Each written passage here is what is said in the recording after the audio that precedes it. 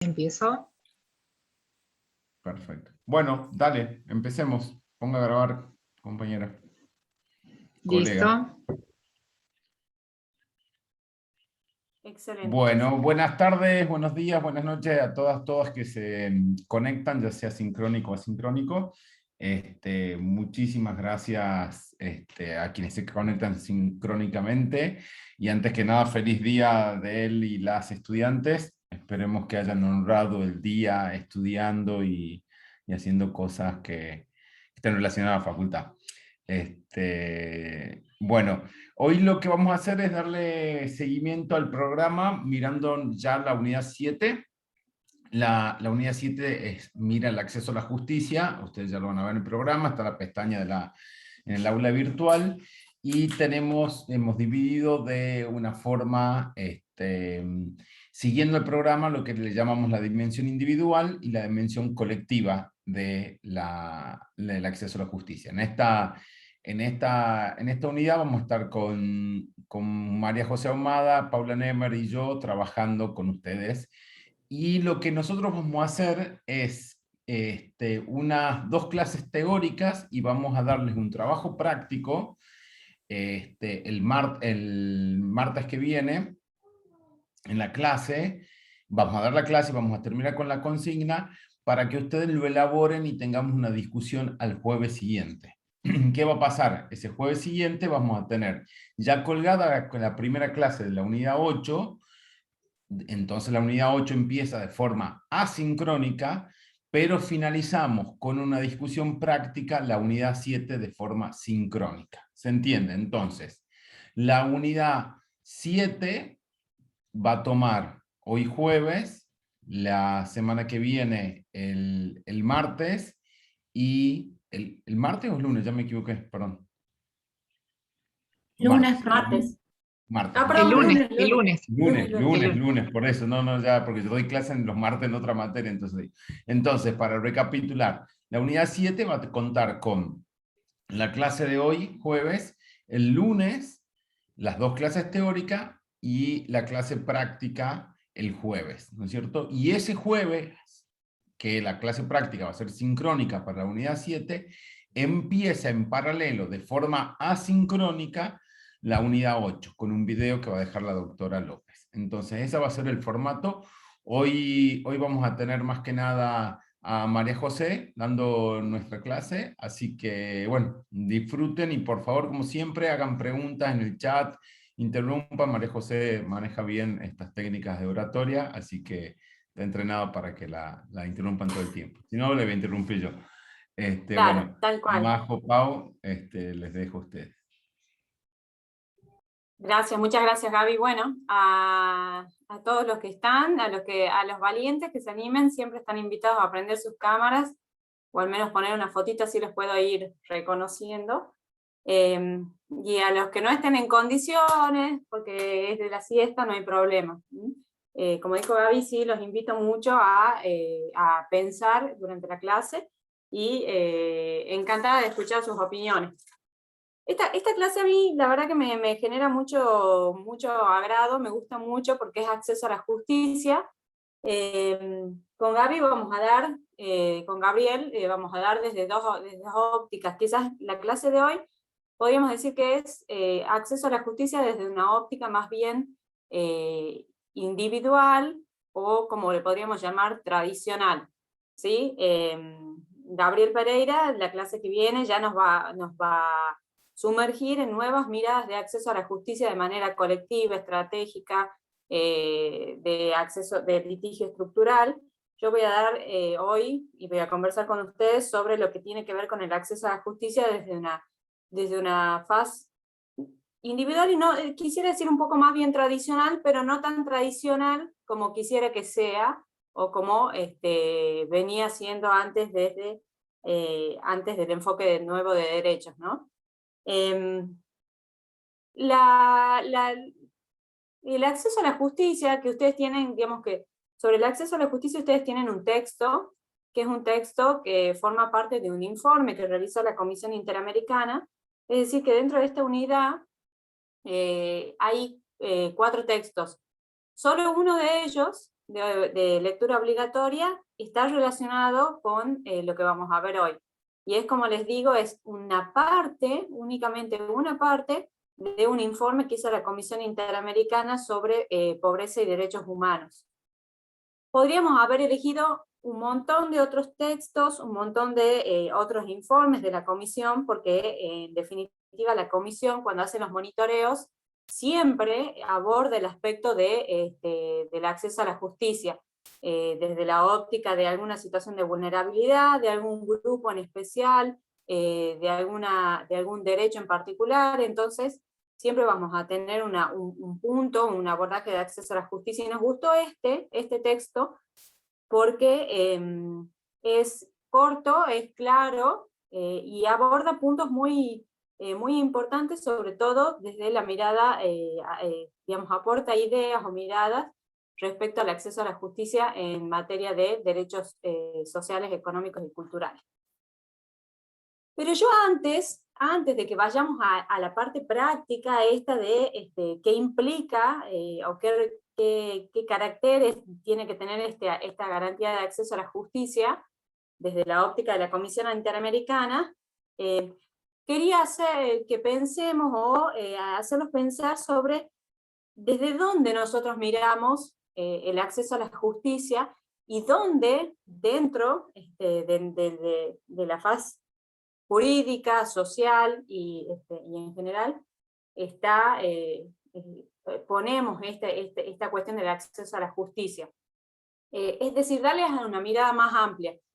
En general, cuando hablamos de acceso a la justicia, lo primero que nos imaginamos, y creo que a todos les pasa, es el Poder Judicial, digamos, la imagen de que algo tiene que ver el Poder Judicial con este acceso a la justicia. Y desde la perspectiva de derechos humanos, el acceso a la justicia es un concepto un poco más amplio. Quiero que lo pensemos como un concepto más amplio que no solo implica esa parte digamos, del Poder Judicial. Ustedes en la unidad 4 han visto que se habló mucho de la distinción entre dos paradigmas diferentes, el formalismo jurídico y el paradigma de los derechos humanos.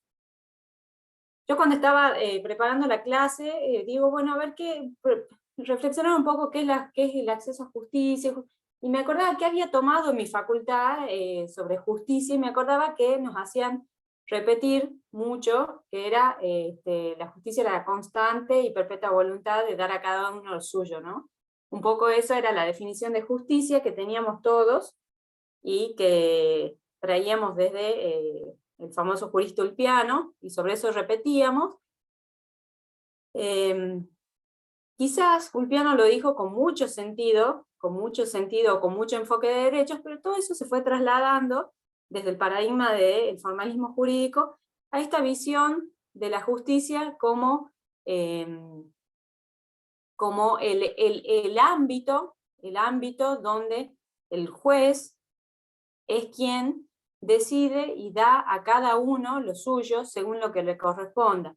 Y se fue formando y gestando en el formalismo jurídico esta estructura o esta organización que después en el diseño republicano aparece como el Poder Judicial, donde está la mirada pétrea del juez, que decide a quién le corresponde cada cosa, cada derecho, a quién no le corresponde.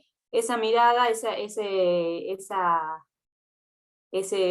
hombre con toga, impoluto, que decide bajo el conocimiento de la ley, su interpretación que le da a él, de acuerdo a la letra de la ley, y que también es muchas veces quien emite o escribe la doctrina. Y sobre esa base del formalismo jurídico nos hemos estado moviendo para reclamar derechos, el acceso a derechos y el acceso a nuestras libertades, y también reclamar cuando hay restricciones a estos derechos y libertades. Y esta forma tradicional ha venido a ser cuestionada, de acceso a la justicia ha venido a ser cuestionada por nuestro paradigma de los derechos humanos, donde el paradigma de los derechos humanos trata de romper con esta mirada y ampliar esta idea de acceso a la justicia, visibilizando, en definitiva, que la posibilidad, digamos, de acceder al reclamo y a la obtención del reconocimiento de nuestros derechos implica mucho más que el ser oído por esta persona, por este juez. Implica mucho más, y que en el caso que sea necesario llegar al ámbito de la justicia, de la judicatura, esa judicatura hoy por hoy tiene otra cantidad de deberes, obligaciones, mucho más amplias que las que tenía antes, para reconocer, para escuchar, para permitir acceder, para garantizar el acceso en igualdad, en algún punto, digamos, equilibrar la igualdad de armas en los procesos y demás. Entonces, desde esta mirada es que yo les traigo hoy un poco la clase. Voy a compartir la pantalla con un PowerPoint, ¿sí? Que vamos a tener un ratito, que no dice mucho, pero por ahí nos puede orientar en la guía, digamos, de hoy. En definitiva, desde la mirada del paradigma de los derechos humanos, el acceso a la justicia no solo forma parte de un derecho que está reconocido, ¿sí? A ser oído para obtener una solución frente a nuestros derechos, al reclamo de nuestros derechos.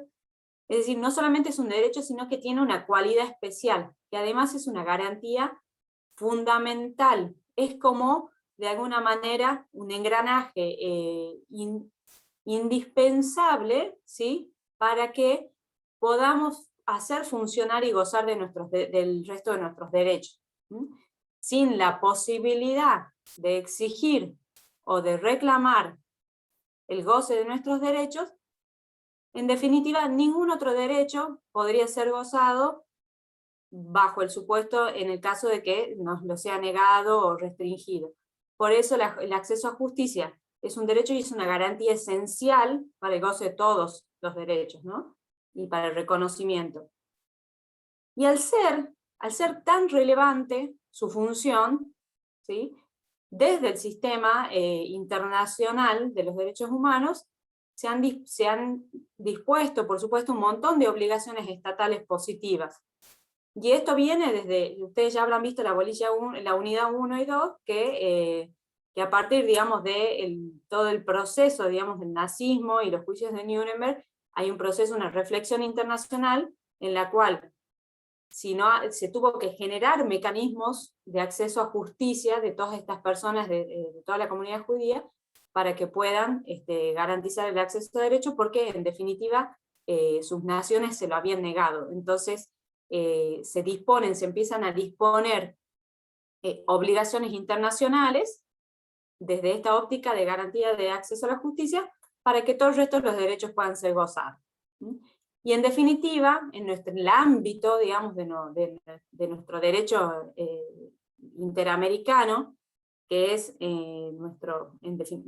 parte de nuestro norte, cuando nosotros miramos la aplicación de los derechos humanos, esa garantía fundamental que implica acciones positivas del Estado, no solo un no hacer, un respetar, sino, no, vamos, avancemos, permitamos el acceso, preveamos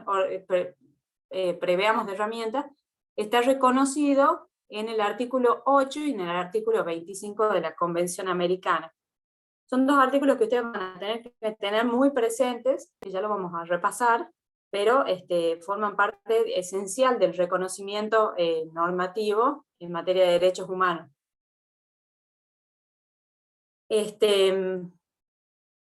Cuando yo les decía de repensar este acceso a la justicia no solo como el acceso a la judicatura, ¿qué es lo que les quería decir?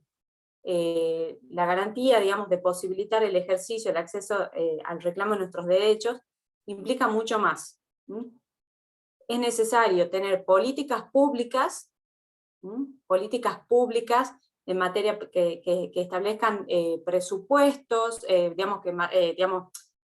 partidas presupuestarias, a eso me refiero, partidas presupuestarias, por ejemplo, que permitan también ámbitos educativos, para las personas respecto a cuáles son sus derechos y cómo es la posibilidad de su exigibilidad o de su reclamo.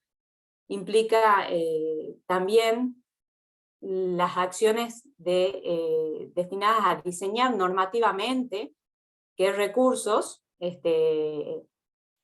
judiciales u otras estructuras van a existir para garantizar el acceso a la justicia, que en definitiva eso es llevado adelante por un ámbito de un poder legislativo.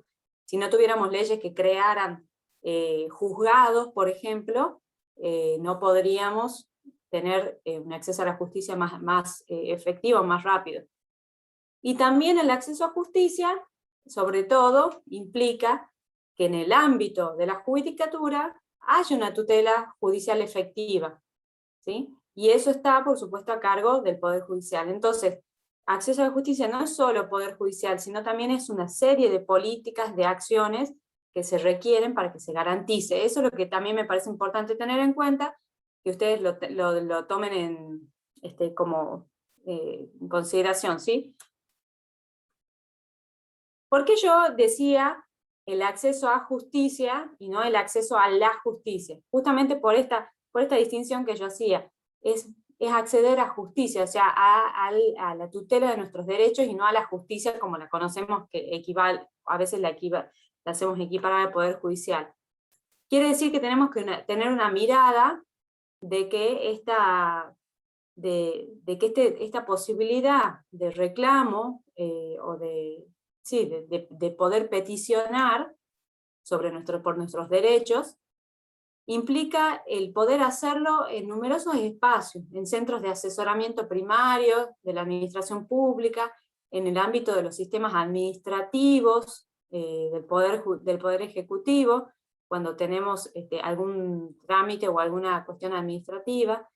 También implica una mirada sobre los sistemas prejudiciales como la mediación, por ejemplo, los espacios de mediación o de arbitraje, que tienden a tratar de resolver conflictos evitando la judicialización. Y también, por último, esta idea de acceso a la justicia contempla también la idea del acceso al sistema judicial clásico y tradicional.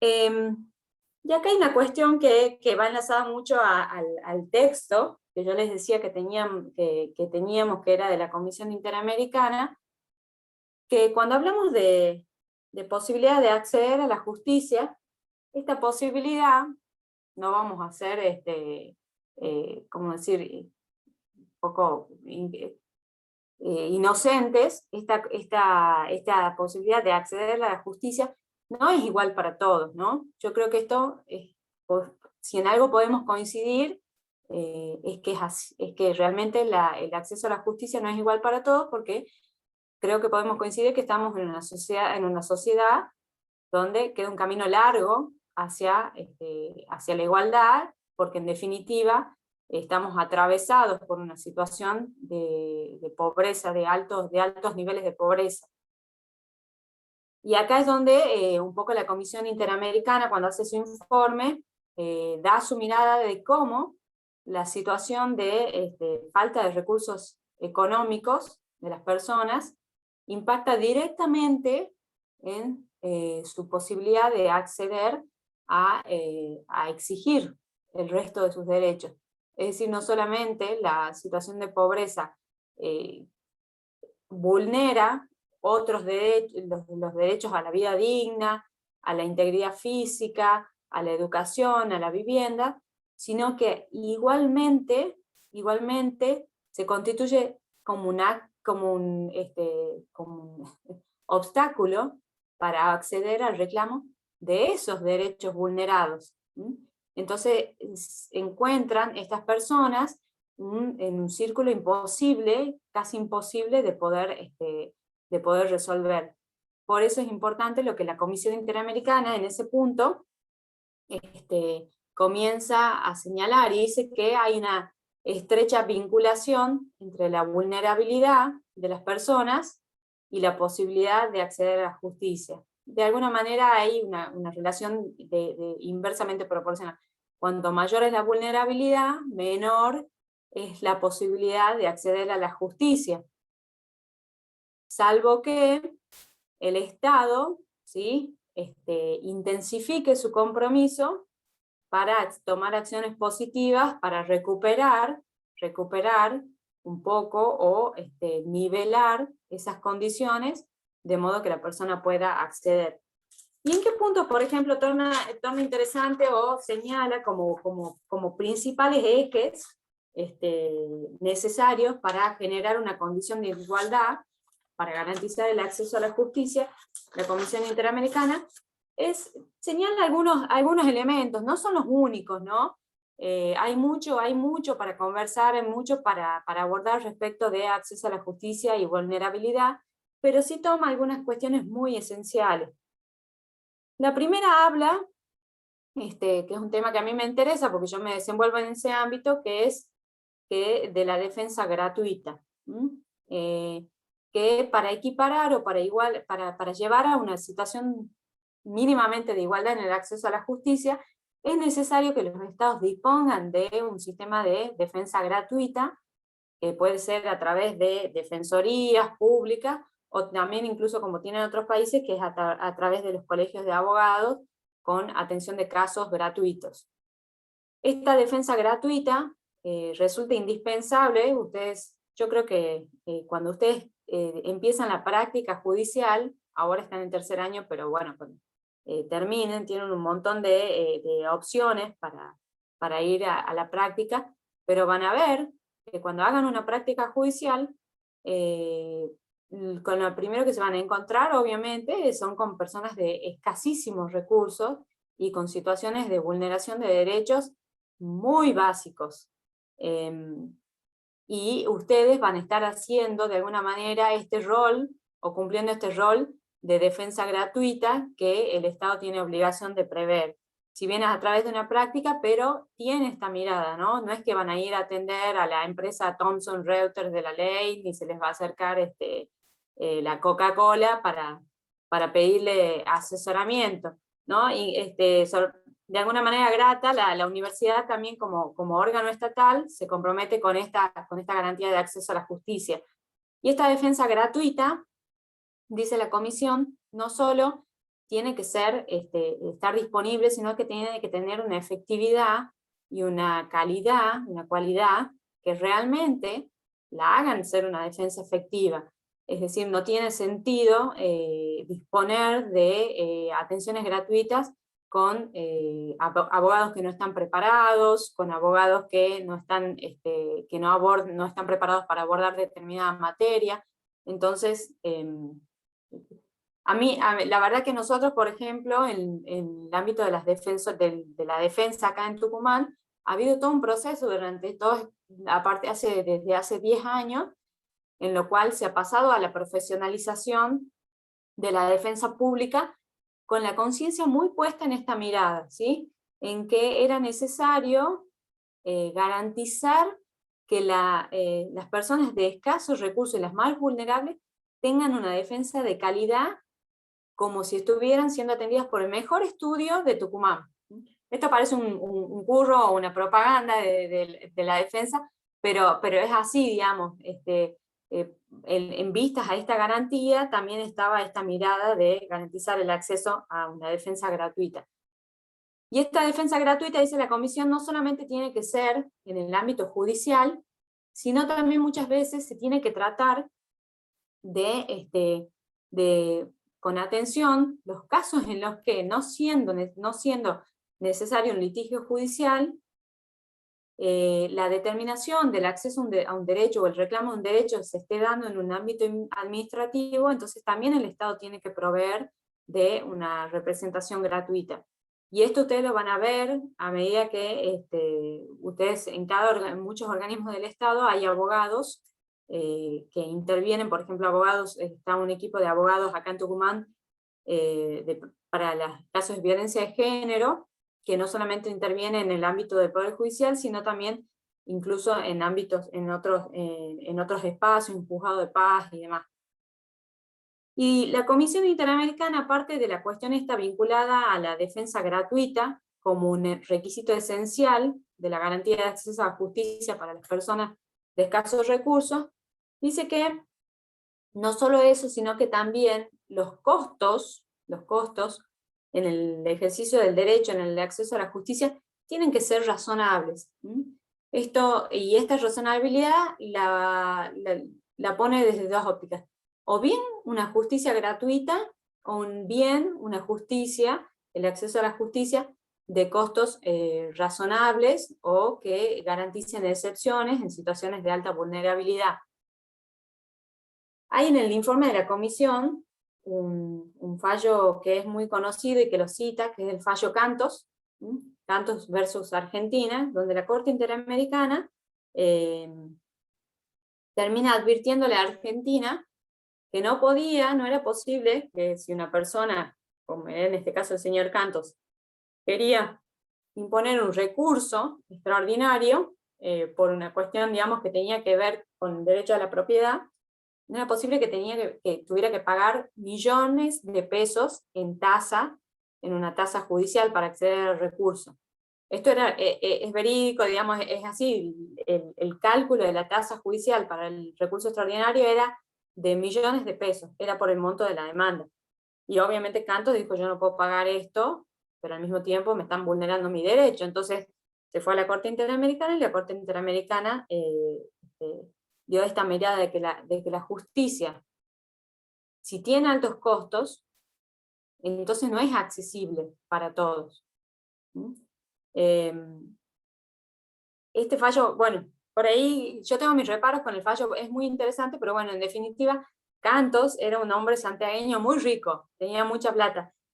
Yo me voy al caso concreto. Nosotros en Defensoría teníamos cuestiones muy prácticas de que la gente, para demandar a una persona que estaba en otra provincia, por ejemplo en una demanda por alimentos, tenía que pagar la carta de documento, la carta de documento de intimación a la cédula por correo certificado, y para una persona pagar 600 o 800 mil pesos era de muy alto costo, y nos pasaba que se iba la gente y no volvía hasta, decía, bueno, doctora, yo ya vengo, voy a juntar unos meses la plata y después vuelvo. Y ahí quedaban las cédulas guardadas de notificación por una demanda de alimentos durante muchos meses. Este costo que no era, que era como un costo oculto, le generaba una dificultad de acceso a las personas. Entonces, hoy por hoy, por ejemplo, está dispuesto en materia presupuestaria que para las personas con escasos recursos, ese trámite, ese correo es gratuito, ¿sí? Porque estamos hablando de derechos alimentarios en juego. También dice la Comisión Interamericana que detectaba una alta vinculación entre la pobreza, la discapacidad y el acceso a la justicia.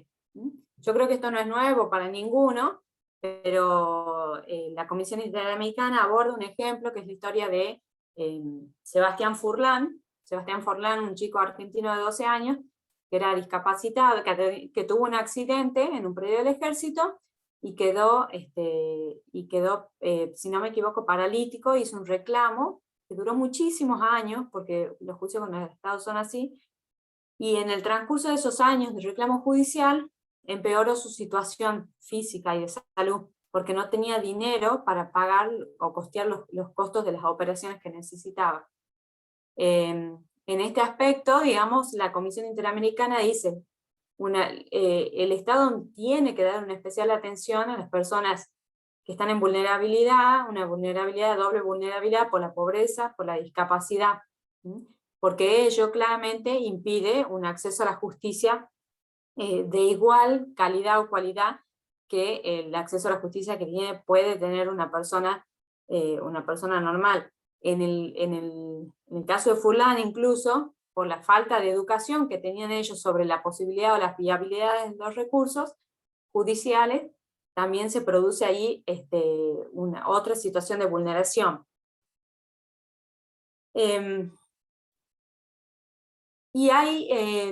Y la Comisión Interamericana va señalando otro aspecto de este vínculo de vulnerabilidad. ¿Sí? Perdón, disculpe que la interrumpa. En el caso de, lo que usted estaba nombrando, el caso Furlan, también se puede dar ahí un caso de poco acceso a información que tienen las personas Claro, en el ámbito sí. jurídico. Bueno, uno de los aspectos que la Comisión Interamericana toca también justamente, muy poquito, pero habla de el derecho a la información en materia de acceso a la justicia. Y en el caso de Furlan, yo no sé si vos lo has leído, pero has dado en la tecla, finalmente la Corte, entre una de las medidas que determina como reparación, es que el Poder Judicial, los Poderes Judiciales de Argentina hagan cartillas informativas de todos los derechos que tienen las personas con discapacidad en materia de acceso a la justicia. Eso fue una de las órdenes de reparación.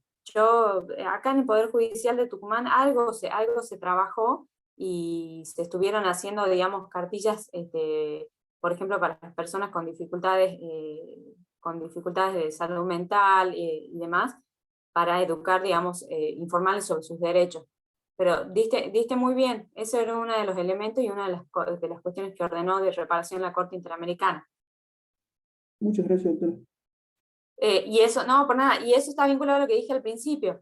Si bien, acá fue la orden al Poder Judicial de que haga esas cartillas, pero lo que tiene que ver con la educación en materia de derechos, de acceso a derechos, tiene que formar y forma parte del ámbito de las políticas públicas, ¿sí?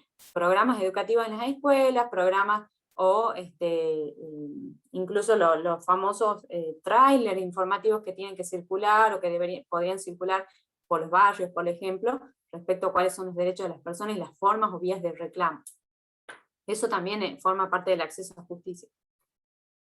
Y les decía que otro aspecto también que la Comisión Interamericana habla o observa como dificultad para acceder a la justicia es aquel que sufren las mujeres, ¿sí? Por una cuestión de género, y que se intensifica cuando, por ejemplo, en el caso de las mujeres de etnias, digamos, de alguna etnia, como ser las afrodescendientes, o en el caso de nuestro país de pueblos originarios, o sin ir más lejos, las mujeres las mujeres que por su condición económica o incluso por su color de piel sufren una discriminación velada en el acceso a la justicia. Y el Poder Judicial y la Comisión Interamericana les señala o los insta a los estados a disponer de medidas positivas para garantizar que las mujeres accedan. En esta materia de género y acceso a la justicia podríamos estar charlando días y días, millones de posibilidades, millones de aspectos en los cuales las mujeres, por sus condiciones de vulnerabilidad, no pueden acceder o se les dificulta.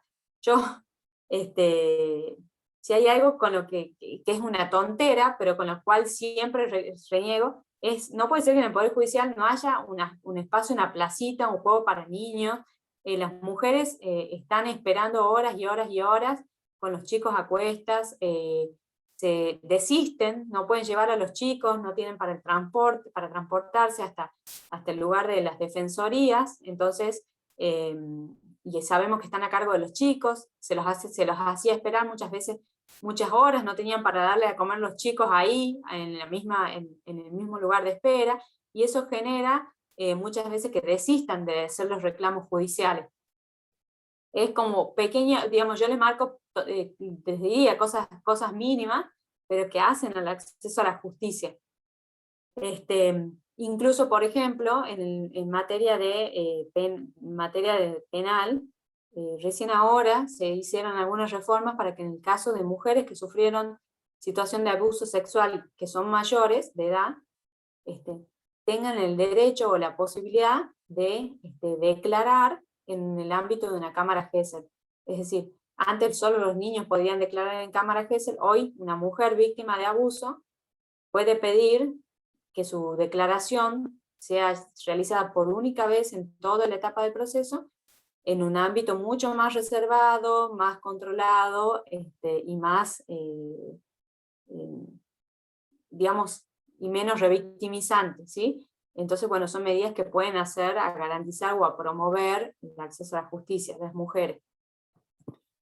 Otra cuestión que la Comisión Interamericana, o sobre la cual llama la atención, y que acá me parecía muy importante señalarla, es la vinculación entre el acceso a los derechos económicos, sociales, el goce de los derechos económicos, sociales, culturales, y el acceso a la justicia. O sea,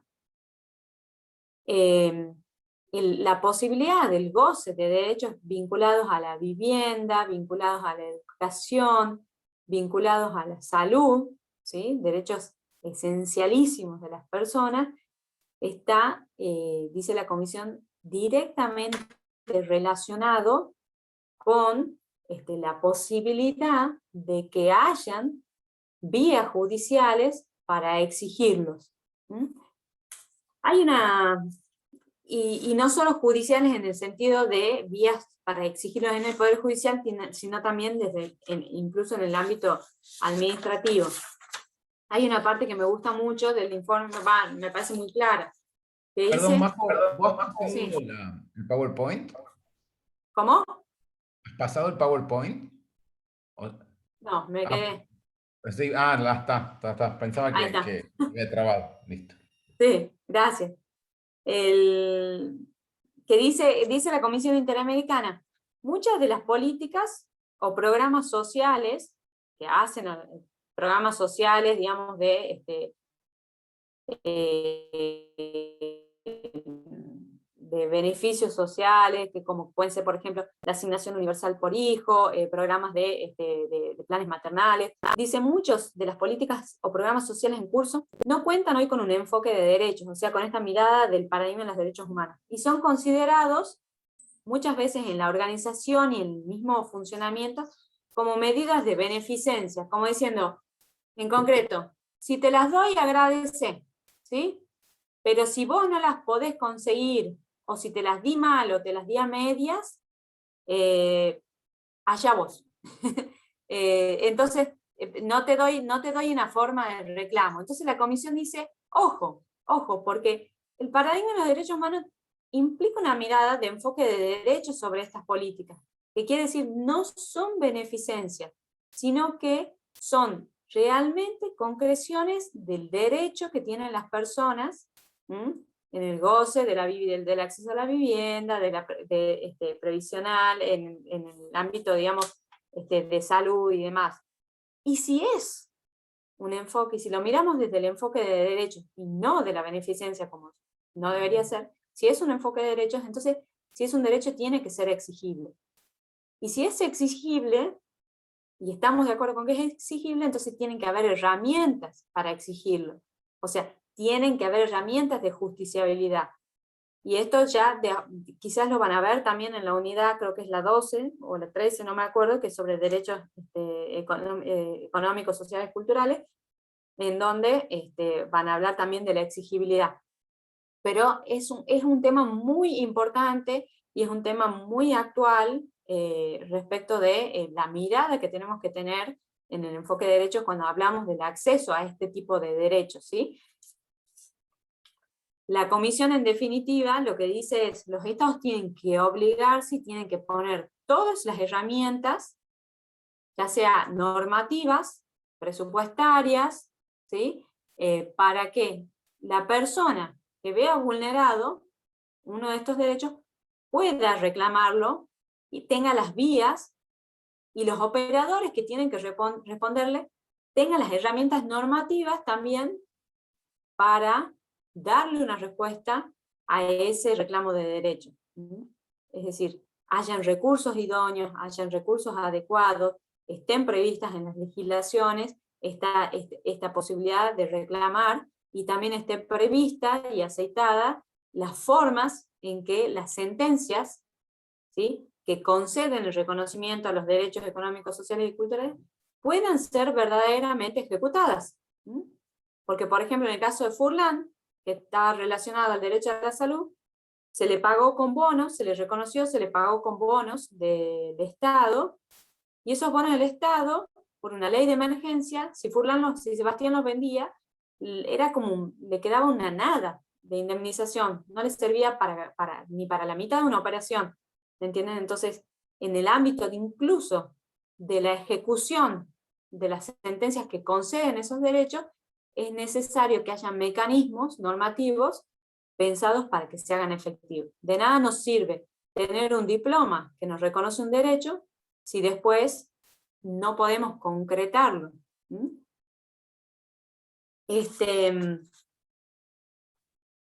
Creo que por eso hablábamos que tienen que estar previstos los recursos normativos en los diseños de los procesos también para que puedan hacerse efectivos al momento de ejecutarse. Y después, un poco, bueno, acá el texto de la Comisión Interamericana prácticamente concluye hablando de lo que tiene que ver con los DESCA y el acceso a la justicia. Yo, en el tiempo que me queda, quiero ir un poquito más allá del texto, porque el texto lo que hace es vincular acceso a la justicia y condiciones de vulnerabilidad, ¿verdad? Que era lo que yo había puesto acá, que el acceso a la justicia tiene que contemplar la vulnerabilidad, y otra de las cuestiones para garantizar el acceso a la justicia es que es importante que se contemplen diseños normativos. Cuando yo hablo de diseños normativos me refiero a prácticamente los códigos, las leyes que van estableciendo las formas en que los derechos en el ámbito de la justicia o en los ámbitos administrativos van a poder ser reclamados. Y también el acceso a la justicia va a contemplar necesariamente que prestemos atención o miremos a una cuestión que está vinculada con las prácticas institucionales. Esto es algo por ahí que yo creo que es como, ¿cómo decirles? Como velado, porque la práctica institucional es lo que está en realidad por fuera, generalmente de la norma, pero que tiene un impacto directo en la posibilidad del goce o derecho. ¿Qué es una práctica institucional? En concreto por ejemplo, los estereotipos, los prejuicios que pueden tener los operadores judiciales o una persona, un empleado o un secretario de una función administrativa que tiene que determinar sobre el alcance de un derecho o no, y estos estereotipos, estas miradas que pueden tener sobre, por ejemplo, la cuestión de género, la cuestión sobre orientación sexual o sobre pobreza, hace, en definitiva, a que se tomen decisiones que muchas veces vayan a restringir derechos. Por eso las prácticas institucionales, en definitiva, también van a estar van a requerir del Estado proyectos de capacitación, ¿sí? Sobre la mirada de los derechos humanos. No por nada, yo no sé si alguien trabaja acá en el Poder Judicial, pero quien trabaja en el Poder Judicial, hoy por hoy, tiene al menos 2 o 3 capacitaciones al año sobre cuestiones vinculadas a género, a derechos humanos, a vulnerabilidad, ¿sí? Porque es necesario que la mentalidad también del operador esté en consonancia con estos principios que nos rigen desde el derecho internacional.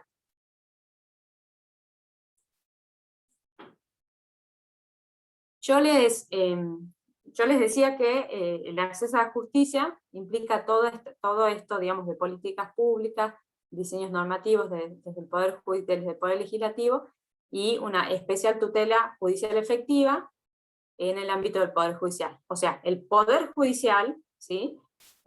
Como poder republicano, que en definitiva cumpliría la función de lo que yo les decía en el principio de la frase del piano, tiene esta obligación, ¿sí? De garantizar una tutela judicial efectiva.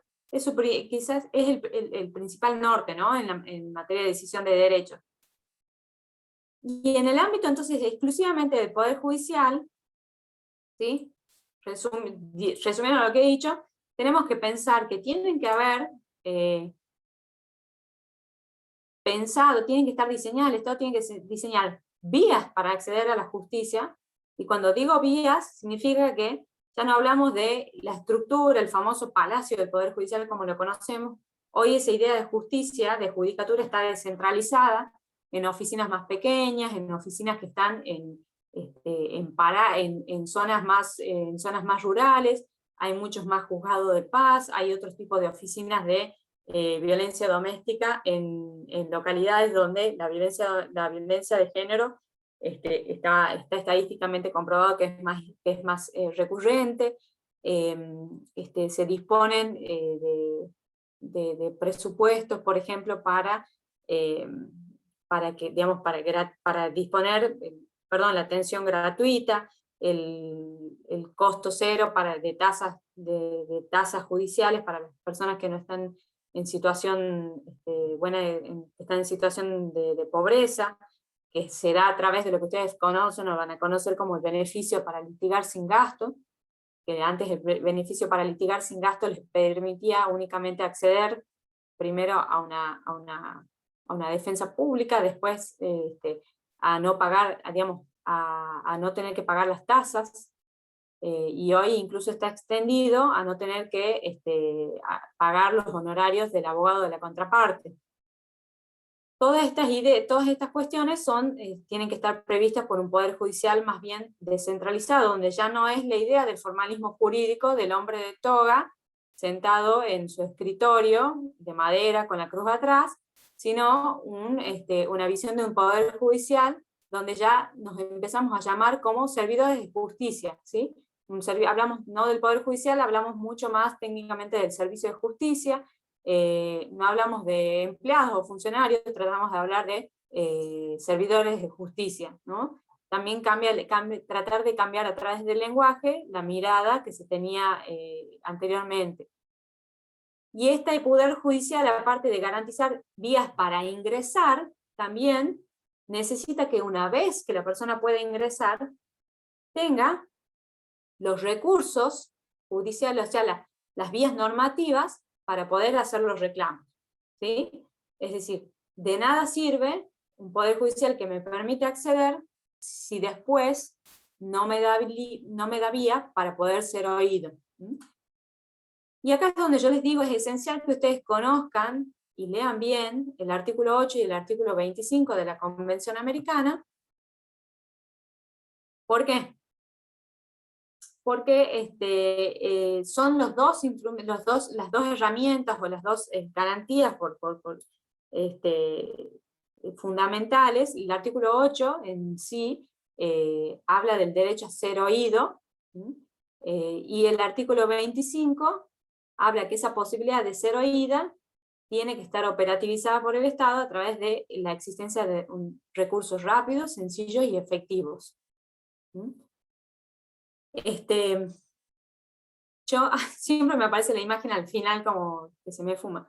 Yo la pongo si ustedes ven en el PowerPoint, siempre cuando trato de hablar de los recursos, de que hablo, a qué se refiere uno con los recursos judiciales, pongo esta imagen de las herramientas. No sé, a mí me gusta hacer muchas cosas, soy medio metiche con las herramientas, pero en definitiva, son las vías, los elementos, los recursos judiciales son los instrumentos que tenemos nosotros, ¿sí? Para hacer operativo esa creación que nosotros queremos en cuanto al reconocimiento de un derecho, para armar el acceso o el goce de un derecho, o bien desarmar, aflojar esas restricciones que están haciendo o imposibilitando que gocemos de algún derecho en particular, ¿sí? Simplemente a modo para garantizarme que lo lean, el artículo 25, no sé si alguno de los chicos esté despierto que lo quiera leer.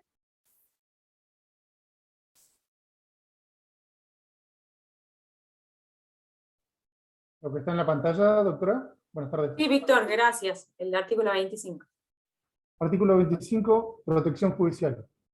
Punto 1. Toda persona tiene derecho a un recurso sencillo y rápido o a cualquier otro recurso efectivo ante los jueces o tribunales competentes, que la ampare contra actos que violen sus derechos fundamentales reconocidos por la Constitución, la ley, o la presente convención, aun cuando tal violación sea cometida por personas que actúen en ejercicio de sus funciones oficiales.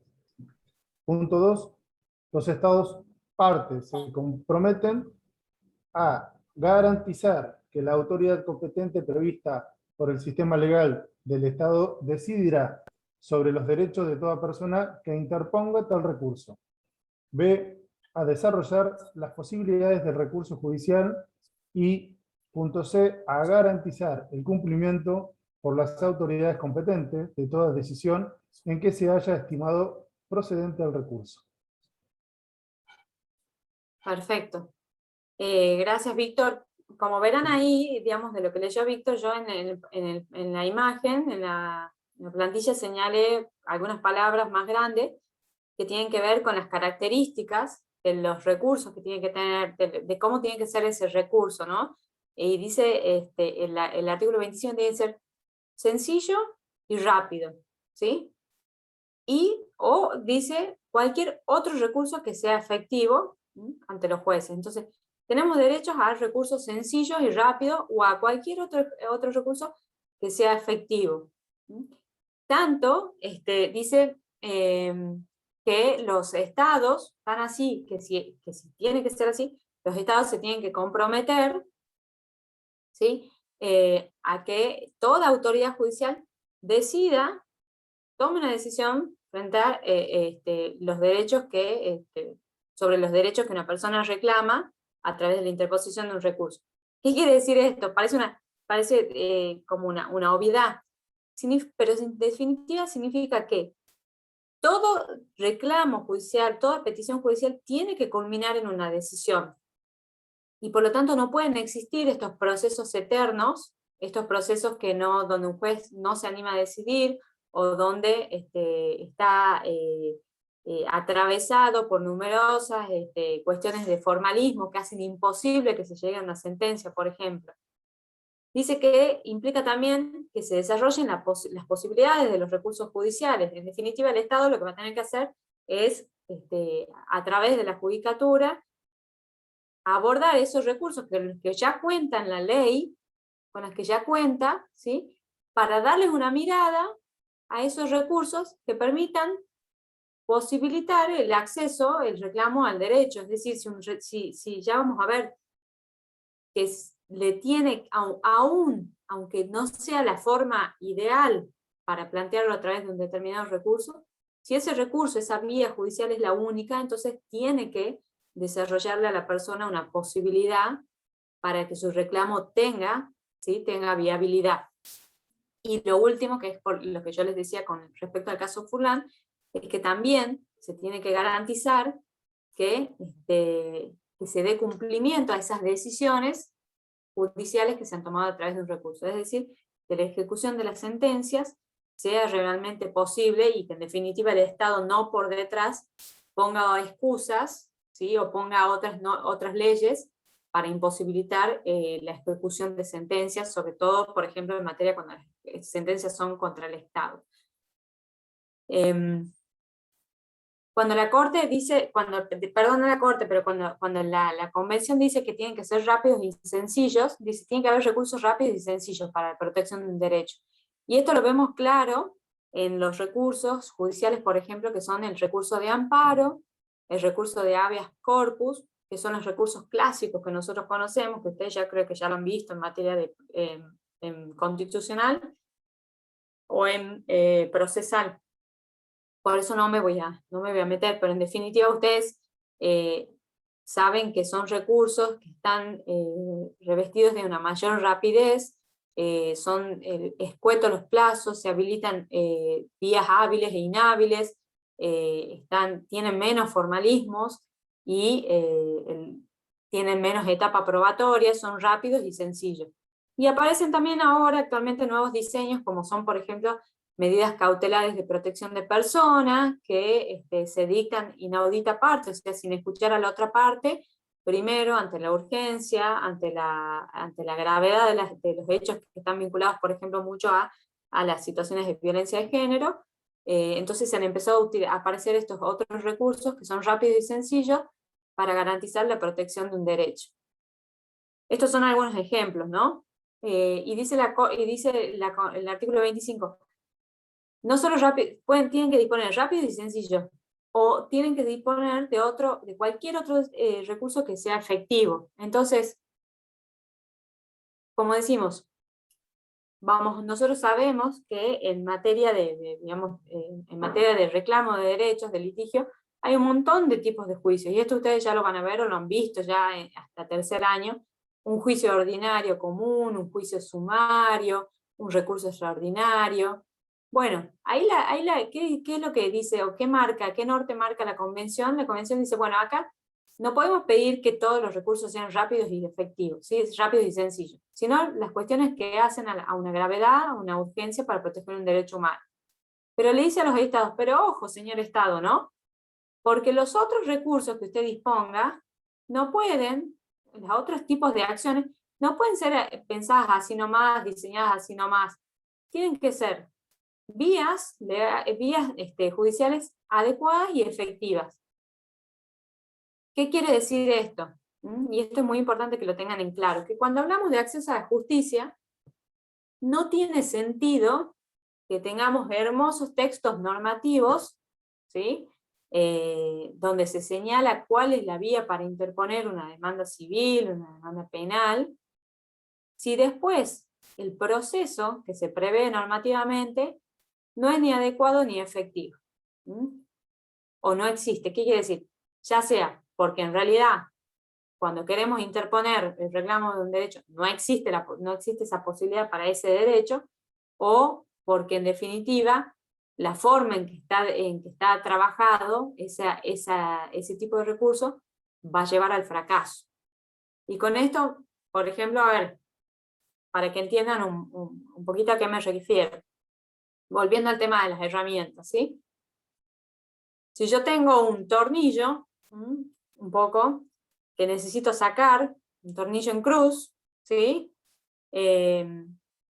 Si yo solamente tengo una llave, rosca, y es muy probable que a mí, si el Estado me dice, mira, tenés esta llave, con esta llave arreglátelas, ¿sí? Y bueno, yo diré, esto no es, señor, un recurso adecuado, ¿sí? No me sirve a mí una llave para sacar un tornillo. ¿Bien?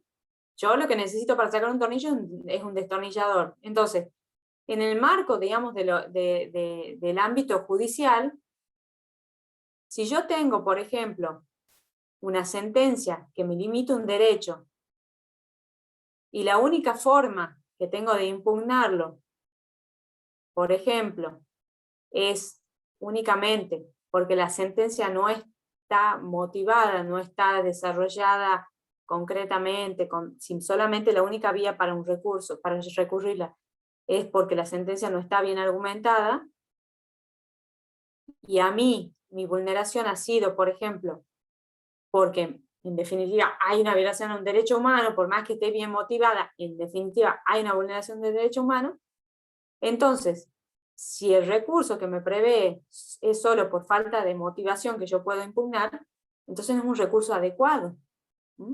Porque a mí lo que me falta es un recurso que me permita reclamar en los supuestos en que aún teniendo una sentencia motivada, se advierte que se me sigue vulnerando un derecho. No sé si me siguen, pero con esto quiero decir que muchas veces aparecen recursos que parecieran que lo son, pero en definitiva no son adecuados para resolver mi situación de vulneración de un derecho.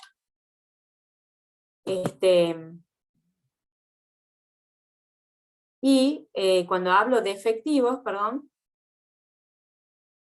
cuando hablo de que un recurso tiene que ser efectivo, es que muchas veces, ¿sí?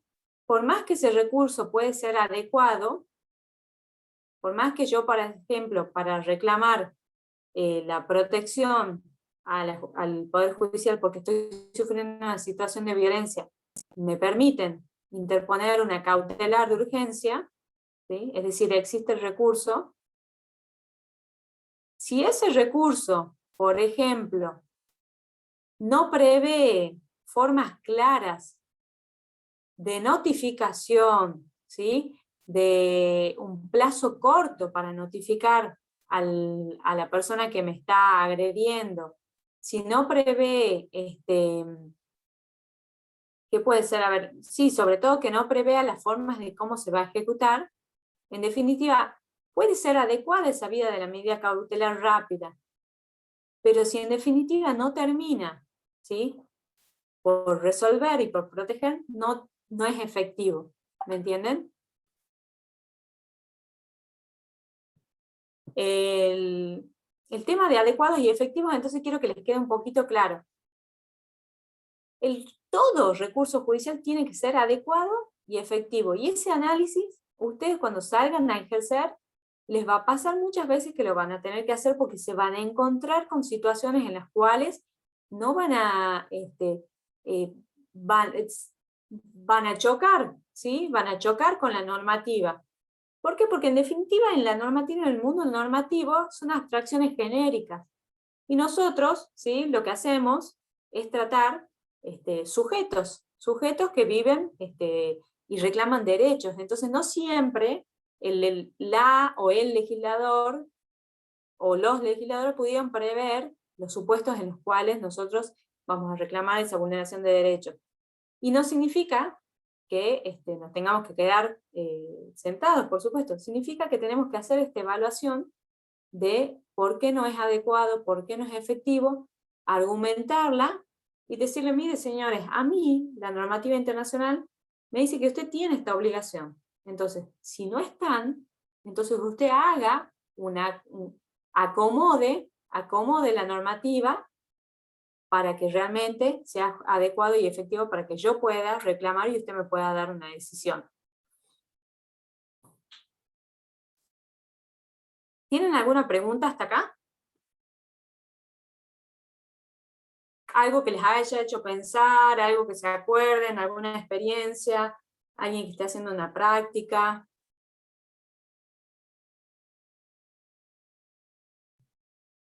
Alguien que no entienda. Doctora, yo le quería hacer sí. una consulta.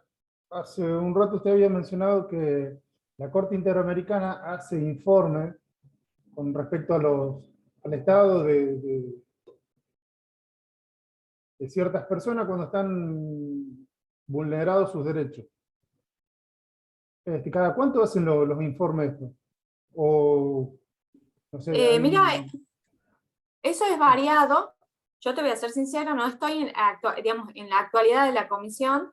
Sí, he tenido la posibilidad de charlar en la comisión incluso, pero como están, la comisión tiene una estructura, la Comisión Interamericana, que en el ámbito, digamos, de promoción y protección de derechos, tiene una estructura que es, está dividido por relatorías, lo que se llama, que serían como pequeños equipitos de abogados especializados en una temática, que ellos, por ejemplo, está la relatoría de las mujeres, de los derechos de las mujeres, relatoría de niñez, relatoría de migrantes, relatorías de contra la tortura. Entonces, ellos lo que van haciendo es monitoreando, son anoticiados generalmente por organizaciones no gubernamentales de algún país en particular, sobre alguna situación de vulneración de derechos, y deciden abordar una investigación y que culmina en un informe. Si vos entras a la página de la Comisión Interamericana, hay una parte que se llama de informes, y están los informes temáticos por países, y están los informes temáticos por grupos. En materia de informes temáticos por grupos, te diría que entiendo que no tienen plazo, o sea, se van desarrollando en la medida que tienen presupuesto, y en la medida que encuentran, digamos, un tema que necesitan,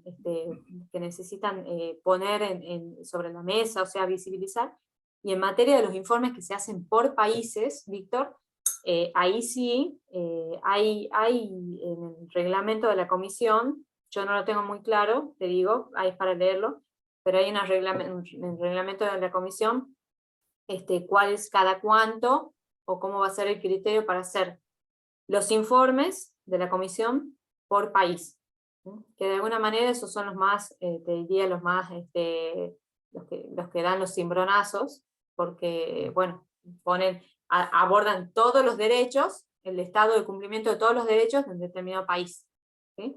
Entiendo que no se puede hacer, como que si vos haces un informe sobre un país, tenés que esperar como comisión determinado tiempo para hacerlo de nuevo. Y se estableció en el 2013 un criterio para hacerlos. ¿Sí? Para que, por ejemplo, había quejas de los estados de que ciertos estados, si no me equivoco, como Venezuela, reclamaban que se les hacía muy seguido informe, y a otro país no se le hacía informe, ¿me entendés? Claro. Uh-huh. Sí, consultaba más por el tema de acá del norte de la Argentina, de las comunidades Wichi y de esos sectores donde se ven muy vulnerados sus derechos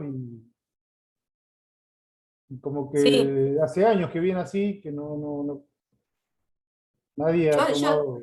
Sí, no me acuerdo cuál ha sido el último informe que se ha hecho de la Comisión Interamericana sobre pueblos originarios o la situación de las comunidades o de niños en pueblos originarios, pero sí sé que cada vez que se hace un informe, los relatores se ponen en contacto con grandes organizaciones, ONGs de los diferentes países, para que vayan aportando información sobre la situación específica de vulneración. La verdad que es interesante lo que vos decís.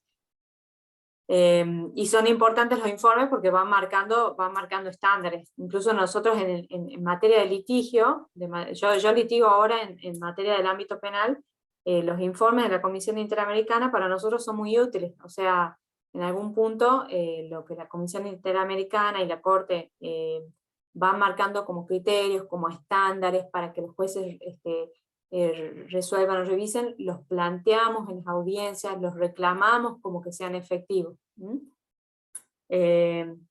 Así que bueno, y eso está todo en acceso libre y fácil en la página de la Comisión Interamericana. Bueno, gracias, Héctor. No, por nada. Bueno, un poco, habíamos dicho que la tutela judicial efectiva, que es lo que le compete al Poder Judicial en materia de acceso a la justicia, requiere requiere de recursos rápidos, sencillos, adecuados y efectivos. Nosotros, a modo de ejemplo, nos pasó que en materia de proceso penal acá en Tucumán, hubo un gran cambio y se hizo muy rápido el sistema. O sea, hoy por hoy es todo prácticamente un sistema de audiencias, donde los procesos van muy rápido, pero lo gracioso y curioso es que el recurso de habeas corpus, que no estaba en el Código Procesal Penal, sino en el Código Procesal Constitucional, no se reformó.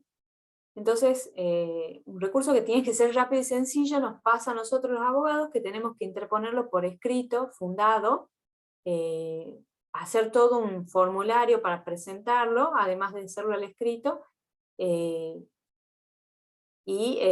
justamente, bueno, todo eso nos lleva mucho más tiempo que presentar otros tipos de recursos que no son menos urgentes, que se los presenta por audiencia. Así que bueno, también esto implica, digamos, estos deberes del Estado implican estar muy atentos en la actualización de toda la normativa, para que no queden desfasadas algunas cuestiones como nos pasa ahora en el ámbito penal. Interponer un habeas corpus nos resulta mucho más engorroso que pedir otro tipo de audiencias judiciales, penales. Incluso estamos a veces evitando el recurso de habeas corpus y pedimos otro tipo de audiencias para mostrarle al juez una situación, ¿no? Una situación, por ejemplo, una situación de problema de salud de un preso, o un problema de alguna cuestión grave de carcelaria. Digamos que nos vamos haciendo camino al andar y vamos buscando cuáles pueden ser recursos más efectivos, y bueno, y los jueces también aceptan de algún modo que no lo planteemos a través de un habeas corpus, sino lo planteemos a través de otro tipo de audiencias, porque entienden que es lo más rápido. Y otro aspecto, gran aspecto, en materia de tutela judicial efectiva que le compete al Poder Judicial, está dado por lo que nosotros llamamos las garantías del debido proceso. Yo creo que esto lo tienen en otra unidad, que no me acuerdo cuál es una unidad, que es donde se desarrollan mucho las garantías del debido proceso, sobre todo en materia penal, así que no lo vamos a ahondar, pero estas garantías del debido proceso están claramente desarrolladas a nivel de interamericano en el artículo 8 de la Convención, ¿sí? Y que la tienen que tener muy, muy, muy presente. Yo acá hay un dibujito que me gustó, porque de alguna manera, para mí las garantías del debido proceso se me generan la imagen de, son como paraguas, paraguas protectores, ¿sí? Pensados para las personas, ¿sí? Para las personas que están transitando un proceso judicial, sea en calidad de víctima, sea en calidad de denunciado, sea en calidad de imputado o imputada. Son paraguas protectores. ¿Por qué? Porque el proceso judicial, si bien es un ámbito que nos garantiza el reconocimiento de derechos, ¿sí? Es una máquina un poco cruel, les diría yo, ¿sí? Cuando uno va conociendo el andar del proceso judicial, ¿sí? Se va dando cuenta que uno ingresa en la expectativa de encontrar una decisión justa, y esa decisión está, ¿cómo le diríamos? En general o tradicionalmente ha sido coaptada por el Estado, un Estado muy poderoso, ¿sí? Entonces, el poder que se ejerce sobre las personas que participan de un proceso es muy grande, incluso muchas veces para las víctimas, que ingresan como víctimas al Poder Judicial y terminan, digamos, en situaciones de restricción de derechos, por el contrario. Entonces, estas garantías judiciales protegen a las personas del poder, lo que llamamos este poder estatal, que en materia penal, por ejemplo, hablamos del poder punitivo del Estado. Estas garantías judiciales, ¿sí? Están pensadas para equilibrar, para garantizar igualdad de armas, para evitar abusos en el proceso, que en definitiva desvirtúen los resultados para los cuales han sido pensados los procesos judiciales. Dice el artículo 8 que todas las personas tienen derecho, ¿sí?, a ser oídas. Y que esa escucha, ese derecho a ser oídos, o sea, acceder a la justicia, tiene que ser una escucha con las debidas garantías, ¿sí?, que acá es lo que entra el tema, ¿sí?, y dentro de un plazo razonable, por un juez o un tribunal competente, independiente, imparcial, que haya sido creado con anterioridad por la ley, ¿sí? Y dice, ese derecho a ser oído con debidas garantías y en un plazo razonable, es un derecho que está concedido en la sustanciación, o sea, en el trámite de cualquier acusación penal, o incluso en cualquier determinación de derechos y obligaciones, ya sea de orden civil, laboral, fiscal o de cualquier otro carácter.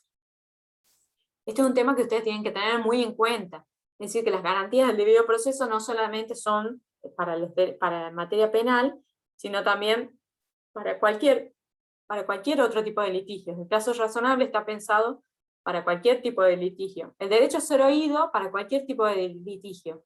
Y la mirada, por ejemplo, del derecho del niño a ser oído, también está pensada, es un derecho a ser oído en cualquier tipo de litigio, ¿sí?, en cualquier tipo de juicio, no penal, o no solo de familia, sino también en un fuero contencioso, en un fuero laboral.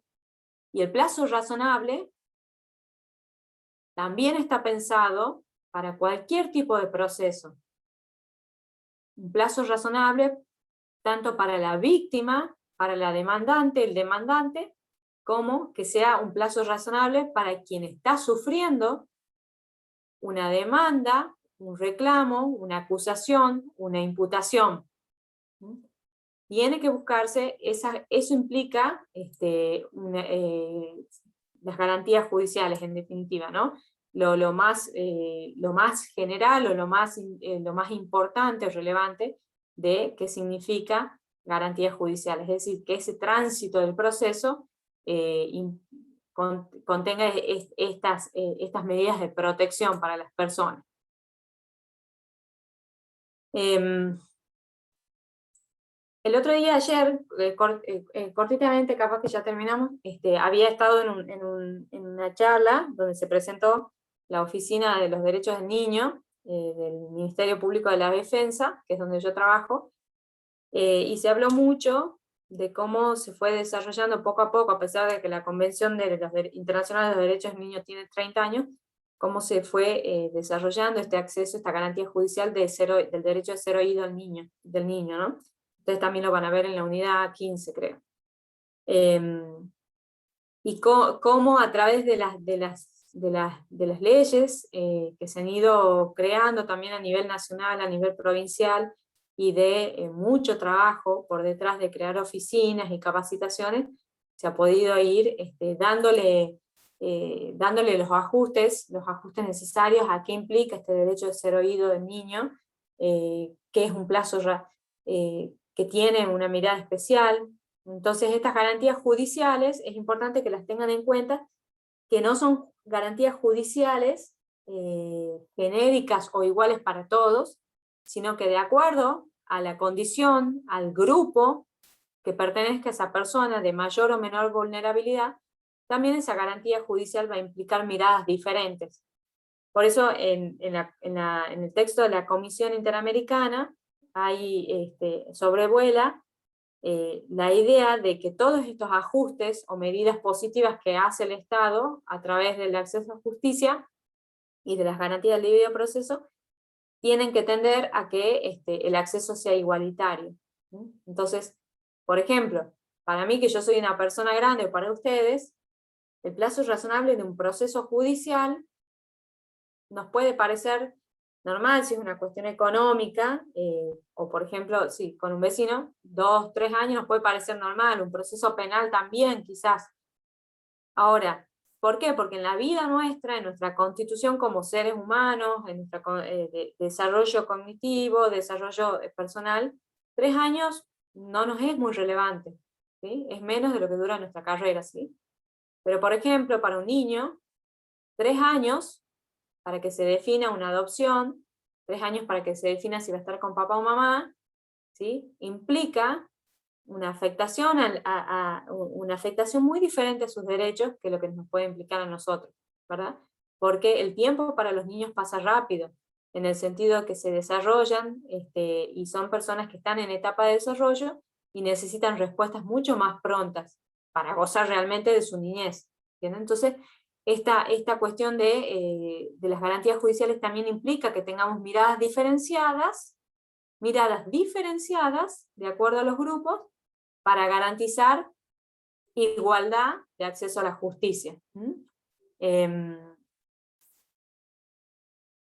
en el ámbito penal, que ustedes lo van a ver en otra unidad, estas garantías, ustedes, creo que los que les interese más la parte penal,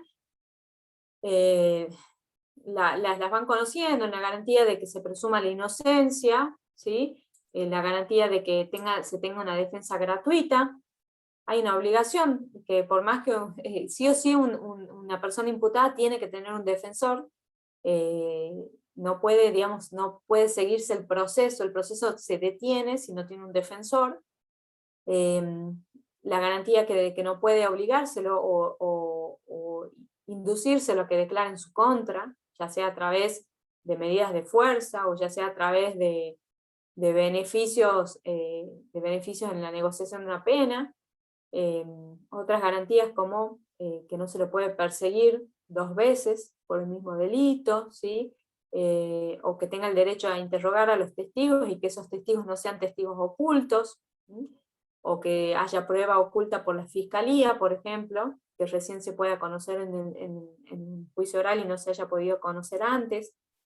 Son diversas garantías en las cuales yo no voy a ahondar, porque me parece que las ven en otra unidad, y no sería lo central de esta unidad, pero lo que me parece es importante porque es una pregunta que ha generado mucho debate, es que este inciso 2 dice que toda persona que esté inculpada en un delito tiene estas garantías. Entonces se dio mucho el tema de qué pasa, hay procesos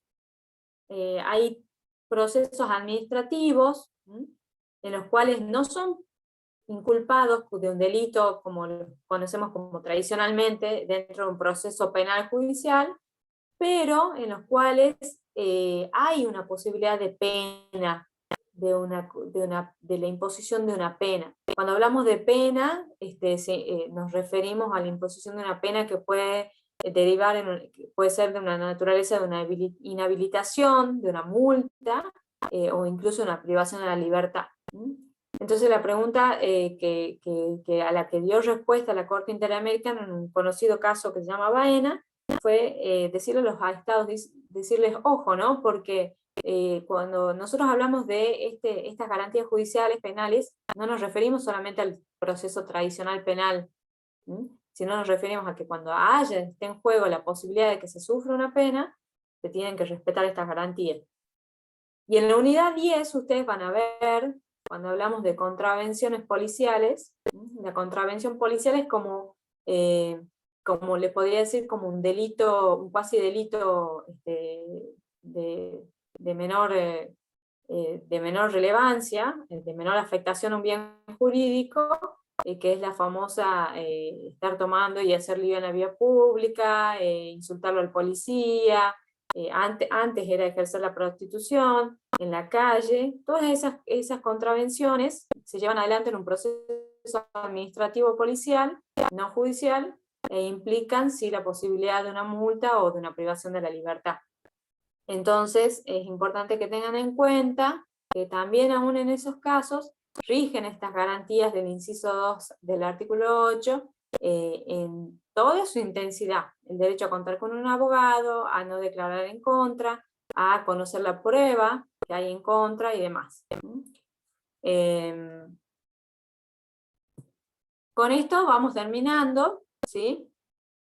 Y recapitulando, para ver qué les puedo dejar en limpio, que me gustaría es esta idea de que el acceso a la justicia, en definitiva, es una moneda que tiene dos caras, ¿sí? Una cara que es un derecho, y la otra cara, si la vemos como una garantía para el goce de todos los otros derechos, ¿sí? En este ámbito, sí. Usted al inicio parece que había mencionado qué texto había que ver. Sí. He mencionado que el texto es el capítulo 5 del informe sobre pobreza y derechos humanos de la Comisión Interamericana de Derechos Humanos. Es un extracto de ese informe, porque ese informe es muy largo, que ese extracto que nosotros ponemos tiene 12 hojas, es un PDF de 12 hojas que está en el aula virtual. Gracias, doctora. Por nada. Que en concreto habla, digamos, ese texto habla justamente de las dificultades, de las mayores dificultades en el acceso a la justicia, y de la relación que existe entre desigualdad, vulnerabilidad y acceso a la justicia. Entonces me interesa que les queden claro algo más, un poco más allá del texto, que es esta doble, ¿cómo se dice?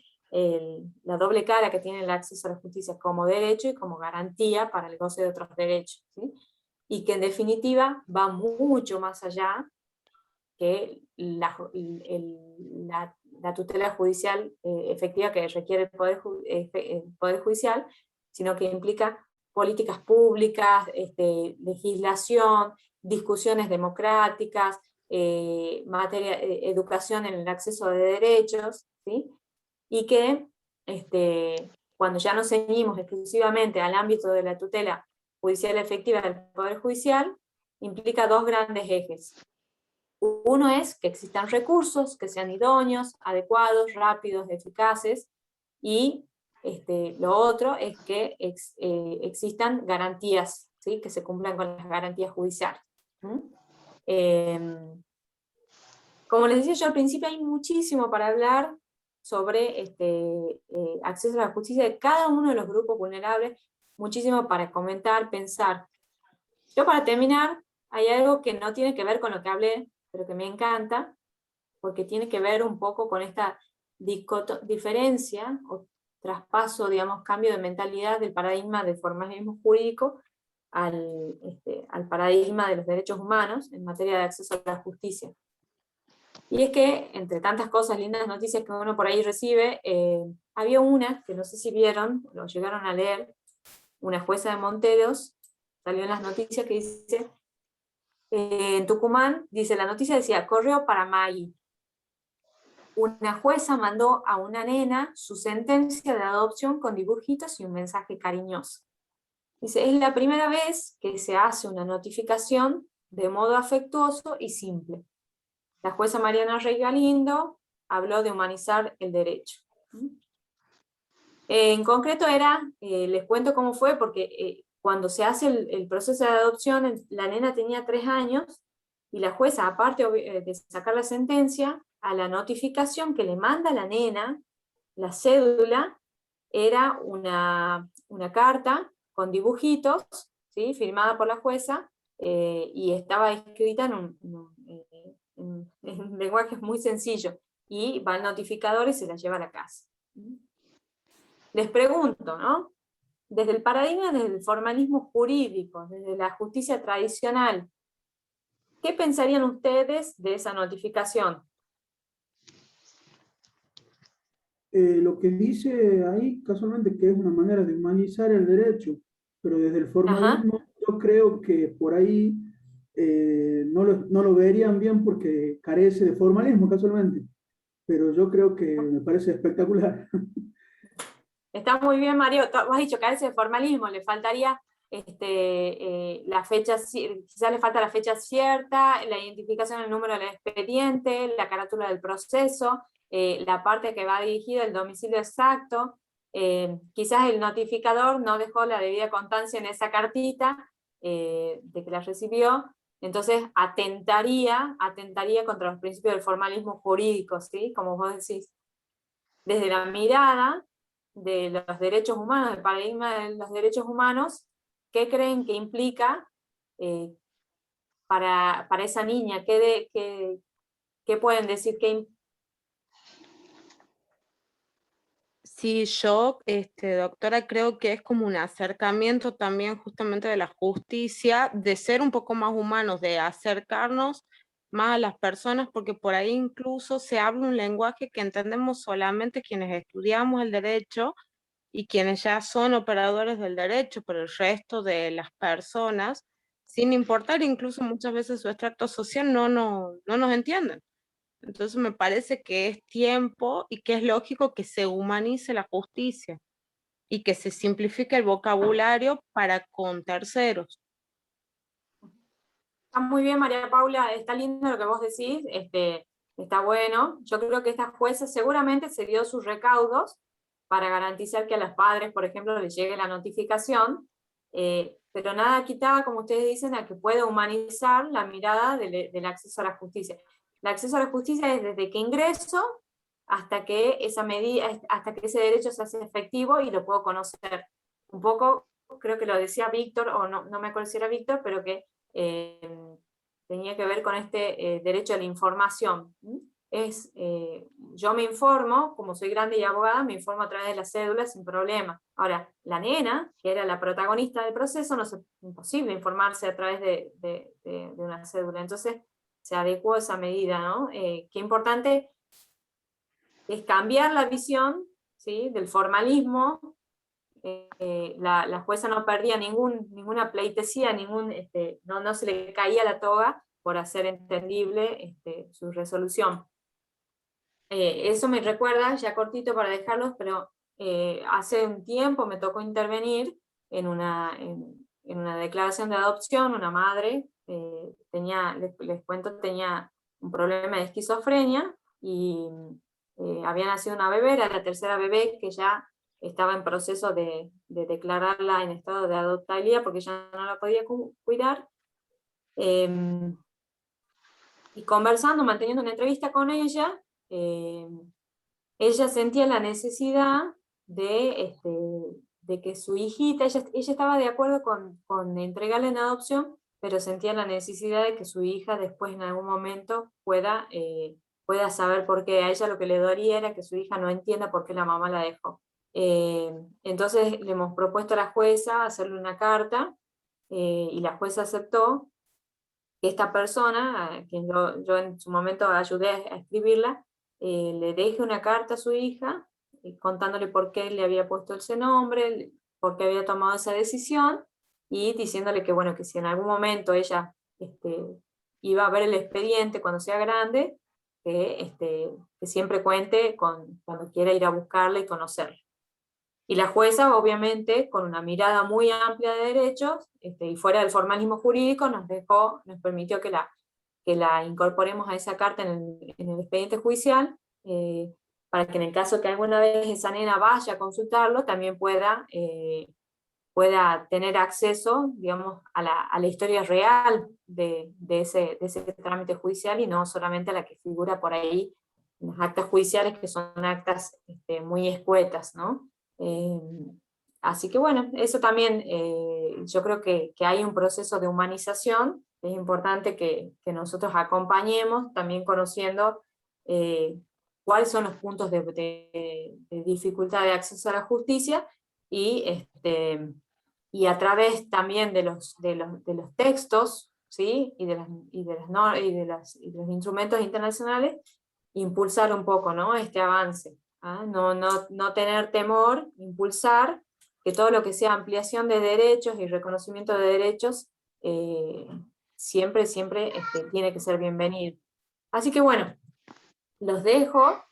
Si tienen alguna pregunta, hablen o callen para siempre, o hablen después, o escriban, no hay problema. No los quiero liberar un poquito antes, así que hago 2 segundos de pausa, y si alguien quiere hablar.